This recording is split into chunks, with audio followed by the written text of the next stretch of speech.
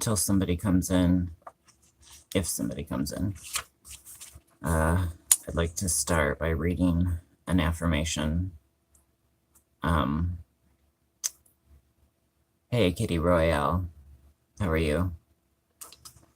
I'd like to start by reading an affirmation. Michelle, yeah, hey Michelle. An affirmation on mental health that I found pretty helpful this morning. Hey Kayla. I consciously choose healthy thoughts and balanced emotions. I refuse to be depressed by negative beliefs that might have come from my family of origin or my drug use.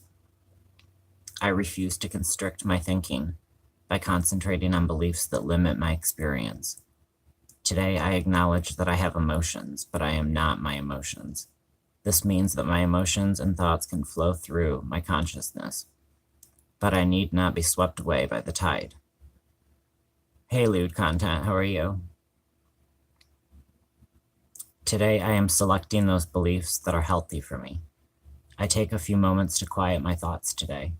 I find a quiet place and concentrate on my breathing. I select only healthy thoughts and emotions and let the rest drift away.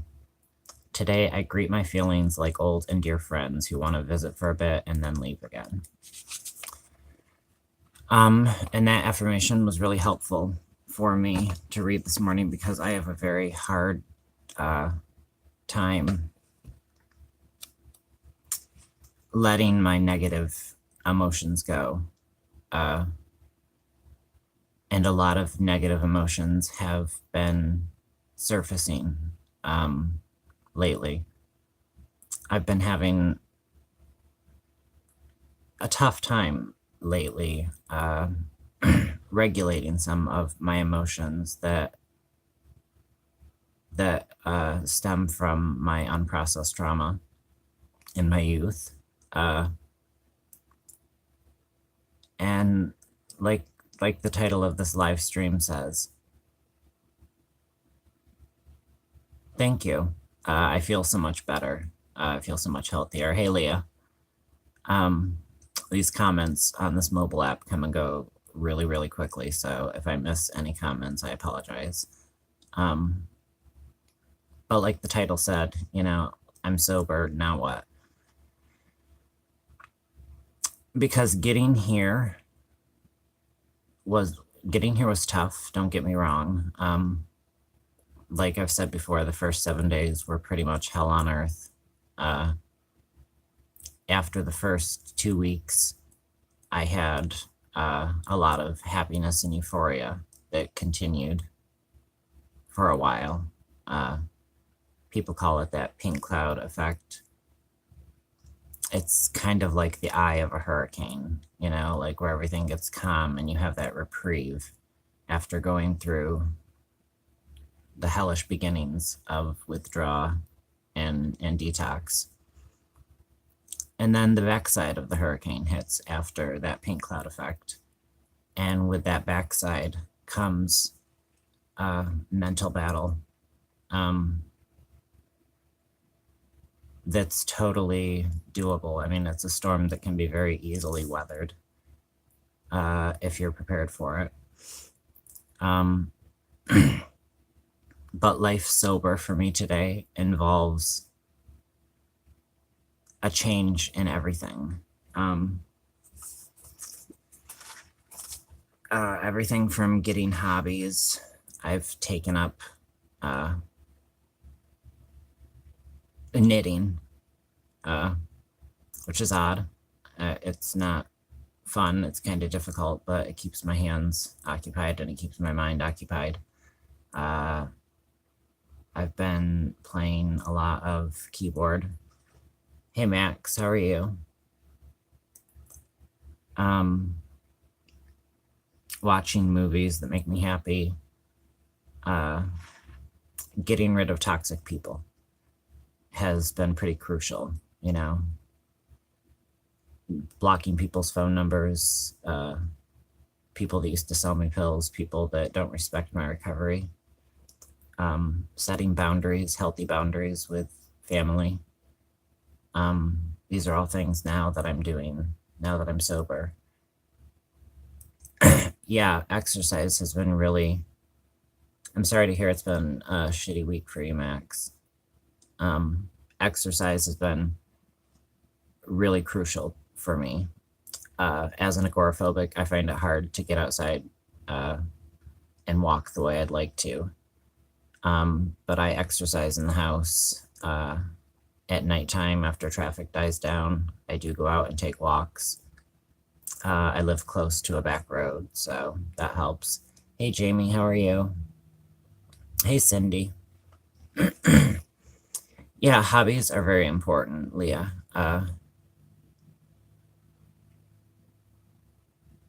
It does suck, Max, but sometimes people are just in different places.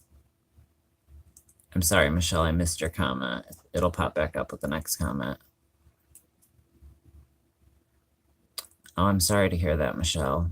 But hey, we're human, and slipping up, it happens. I feel so much better as well, lewd content.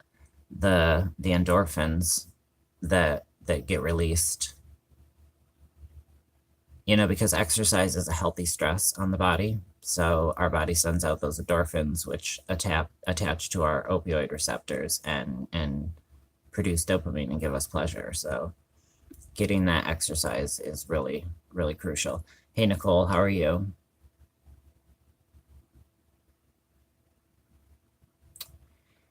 Nobody's perfect, Michelle. That's what sucks. Some people expect perfection, but nobody's perfect. The people that expect the perfection are not perfect. Thank you, Nicole. I'm proud of you.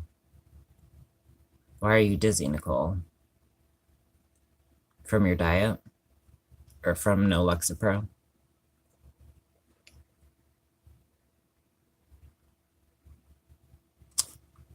The lighting in here today is like making me look chalky as hell. Yeah, the Lexapro withdrawal. I imagine that's really tough.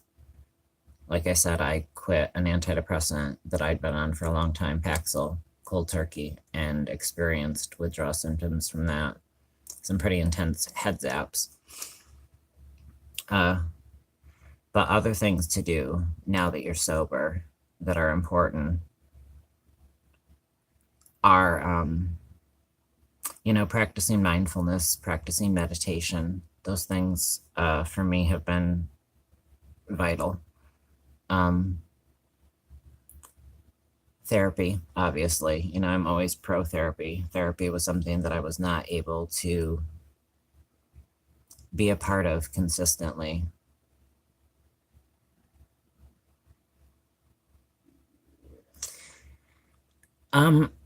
Nicole, I would like to answer that question because I think that, it's in response to someone's video that was just released that I just watched.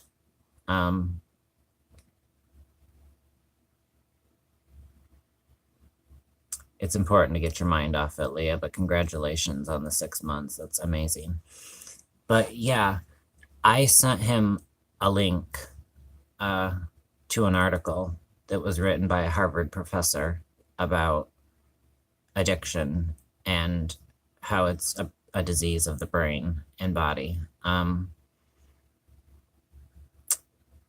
not sure where he's coming from with that video. I don't think that he's trying to, I'm not sure. We're going to have to talk about that, me and you, Nicole. It is a disease. And you're right, Michelle, it really doesn't matter. But I think, I'm not going to try to pretend to know where his head's at with this topic, but it's one of those things where a person who doesn't have the disease of addiction can take pills, and once the pills run out and their pain's gone, they can stop. I come from a family of addicts. I was so anti-drug. And when I was put on painkillers,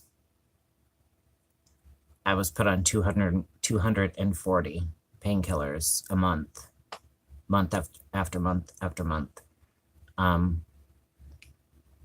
After about 7, 8, 9 days, I knew that I was hooked. And not everyone is going to get hooked. So therefore, there has to be some difference with the brain. Right, Nicole, I agree. And I just think people have to be careful. No, right, Cindy. I think he was just trying to share his opinion, and I don't think he did mean any harm.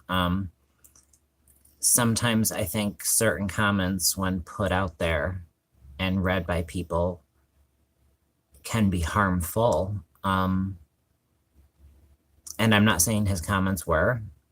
I just think that if you're a person who is maybe dependent on drugs as opposed to a person who has the disease of addiction, that maybe it's just not a great thing to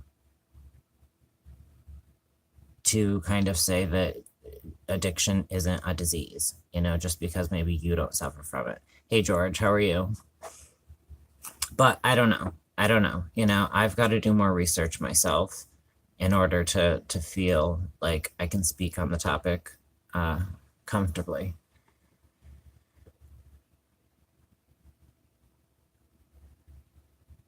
Yeah, I agree. And sometimes the wording of things can get us into trouble. I know that I try to speak very, very carefully about what I talk about on this channel because, I'm only speaking from the perspective of somebody who was an addict for over 13 years making bad decisions.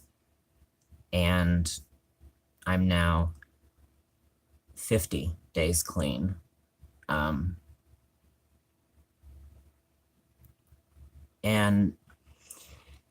one of the things too is that with coming off pills, with getting sober, the symptoms of my CPTSD have really kicked up into overdrive. The video is still coming, Jamie. I promise you that. Right, George.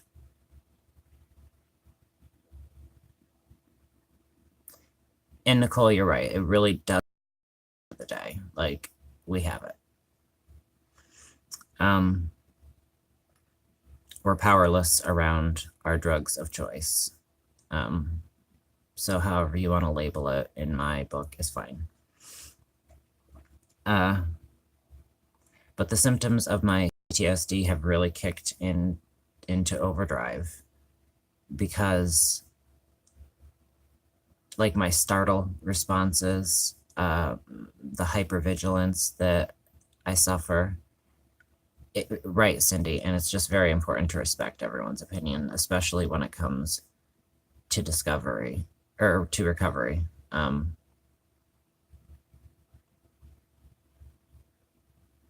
Hey, Zach.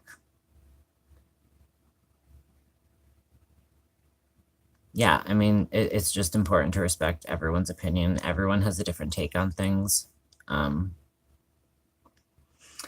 But my symptoms of my CPTSD, yes, they've really kicked up, and it's been something that I've had to figure out a different way to manage. My CPTSD stems from my being molested in school. I was molested by my math teacher in 5th and 6th grade. And I have developed CPTSD because of it. As it's been explained to me, and it makes a lot of sense, when I was young and when I was going through this trauma, while it was happening to me, my fight or flight reflexes were going haywire, because when something's happening to you that is wrong, your body is telling you to fight or flee the situation. That wasn't an option for me then, while it was happening. So my body would go into freeze mode, which is essentially a survival mode. But all those chemicals that get released in the body every time that you go through that, those fight or flight chemicals that get released, all the endorphins that, and the adrenaline that gets released, that gets you ready to run or fight, all kind of get froze inside of you, doing damage to your internal nervous system. And it's unprocessed trauma. And yes, lewd content, it does change the brain. And I was sent to therapy back then, and kind of lied my way through therapy because I told everyone what I thought everyone wanted to hear. I didn't want to add any more stress to my mom because she was taking it hard.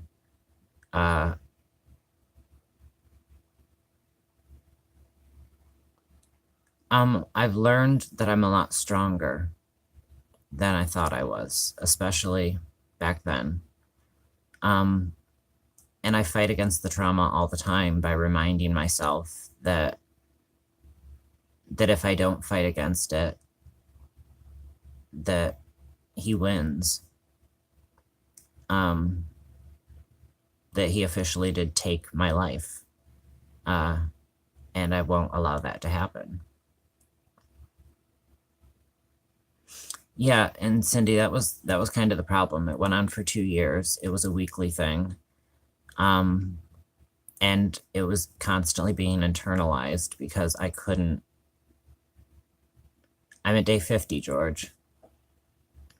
I couldn't talk to my parents about it. It was a bad home situation at the time. My mother, I could have went to her, but I didn't want my father knowing because my father was extremely unpredictable. There was drug use there in my house. My father would get violent. Thanks, Jamie. Thanks, Lude. Yeah, George, you're gonna have your ups and downs. That's all I can say. I've had a lot of ups, and I've certainly had a lot of downs. But what I will say is that the down periods, I'm able to handle them differently. When I was on pills and something stressed me out, I couldn't handle shit. Hey, Avalon. Yeah, and George, like Nicole's saying, focusing on the good stuff is crucial because what your brain will start to notice is that the good really is outweighing the bad, despite the bad feeling really dark and really deep. Thanks, Cindy. Honestly, I never thought I would make it this far. And your guys' support, this community is amazing. Like, y'all have helped me get to where I'm at. And that's the same hope I have for all of you who are tapering, any of you who are thinking about quitting. It's the hope I have for you, Zach, is that you embrace the support that's here because, like Michelle's saying, this community is awesome and it's so good for all of us. I know you are, Zach. I trust you're going to get there, man.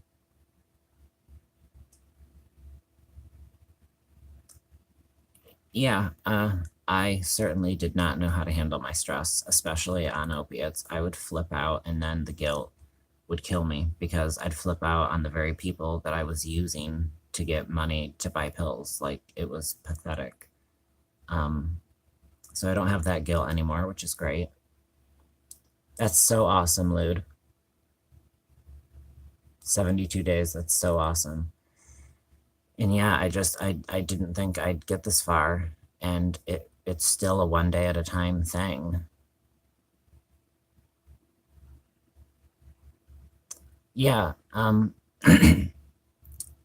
before outing the fact that I had this addiction, I wasn't getting help from anybody, first and foremost, because I wasn't telling anybody I had a problem, but I also wasn't talking to anybody. Like, I am such a socially anxious person that the fact of doing these live streams is like, my mom and my brother are like blown away by it, because it's not something that 2 months ago would have ever happened. Like, I could barely speak to somebody on the phone.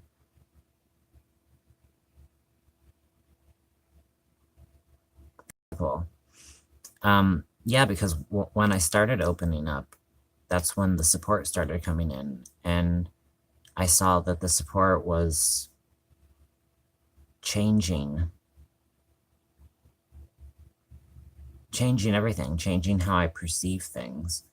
And all of this started several months ago. A gentleman by the name of Chris Boutte from the Rewired Soul, he encouraged me to make a channel.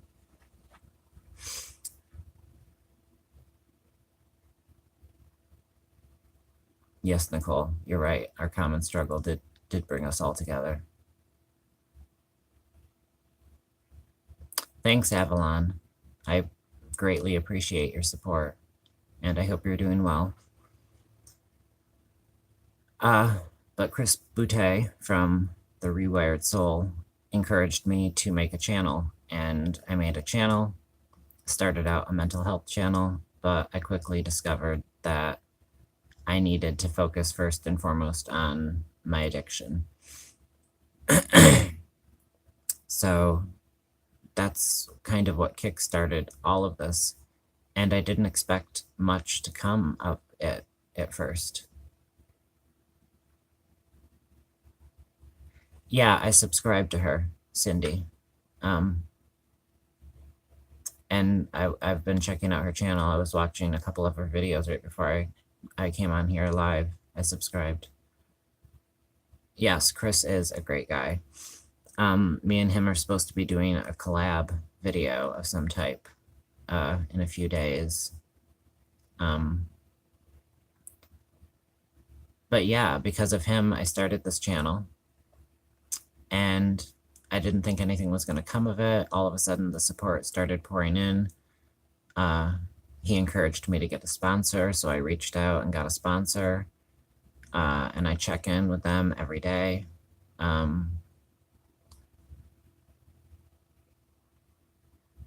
Yeah, always the more the merrier in this recovery community.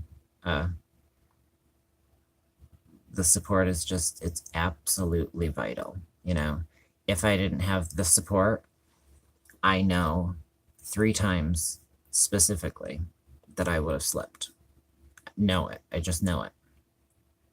And even 50 days in,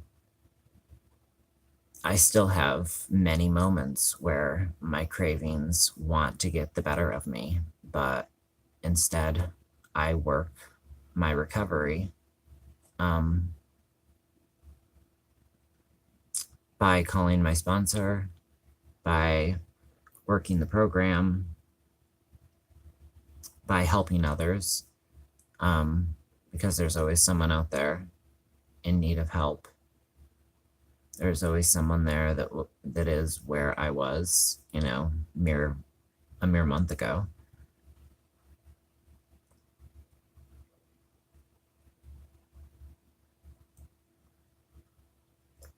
These comments, it's so weird the way that they're disappearing so fast. I'm gonna have to do my next live stream from the computer so that I can see all your comments, because they come and go and disappear so fast on this pain in the ass app. But, you know, whatever your recovery program looks like, as long as it's working for you. That's what's important. But when you don't have that support in your personal life, reach out online.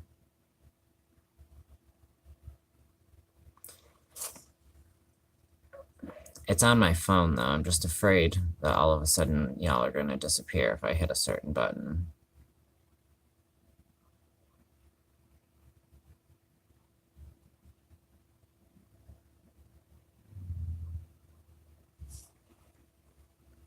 Oh, thanks, George. All right, your comments are staying now. Well, no, they're not. All right, they're still disappearing. I don't know. I'm just going to have to figure this out some other time. And change it to live updates.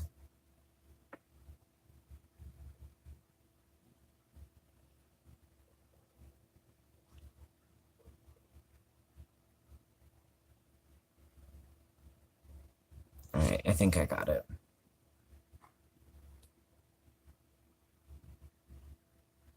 Yeah, that's a good idea, Cindy. Yeah, I'm so technologically unsavvy. I'm just afraid of disconnecting.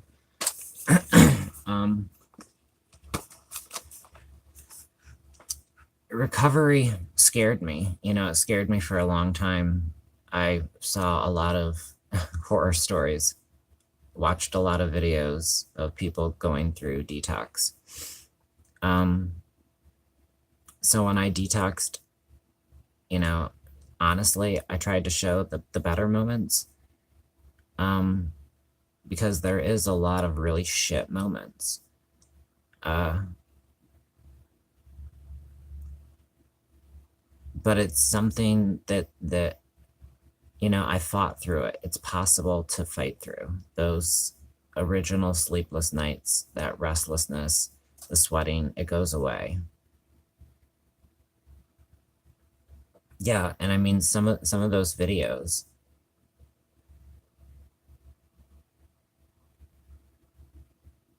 All right, Cindy, I'll look into that. And getting connected in some way is what's important. Yeah. I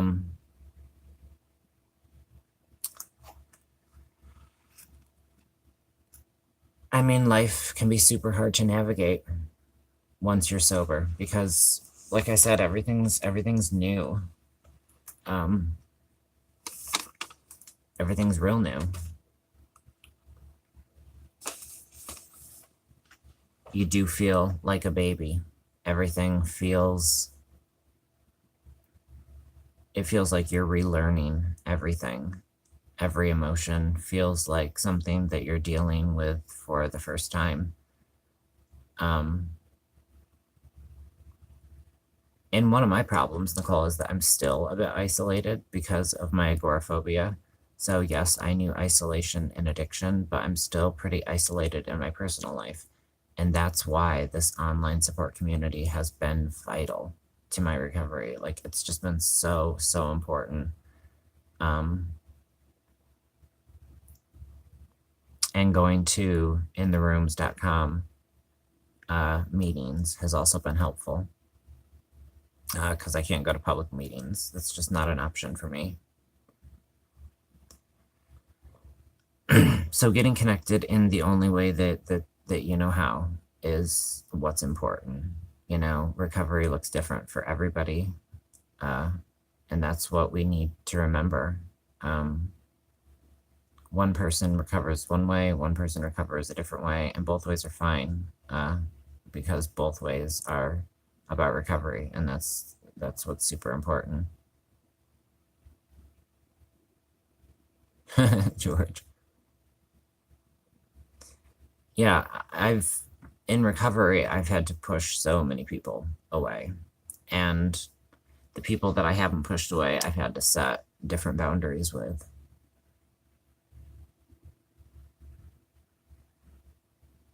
Yeah, I mean, we're struggling with different levels of addiction. We're struggling coming off different substances. I'm so glad that you found us, George, and that we have you. Thanks, Skinny D. And it is hard setting those boundaries.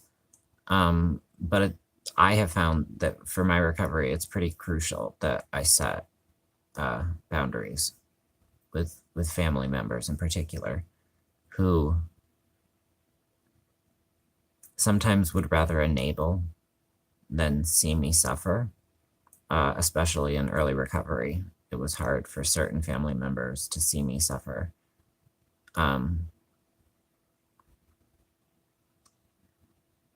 So I had to set boundaries with them, boundaries that are still in place to this day. I've also had to set boundaries with other members of my family that trigger me. My last slip up was on Thanksgiving, which was a holiday spent with family. The slip up was my fault. I'm certainly not blaming them, but a certain situation triggered me. Boundaries were set, and Christmas went much better. So putting those healthy boundaries in place is very important. But that was kind of the point of today's live. It's been like half an hour. Thank you guys for all of your support. Thank you for listening to me babble for another half hour this weekend. It's helping me break out of my comfort zone, which is another crucial part of my recovery. Yeah, Cindy. Super important that we learn from our mistakes, because we all make them, you know. Morning haunted by the truth. Leah, you're great. Your support has been really great. But yeah, I wanted to end it today with reading one more affirmation.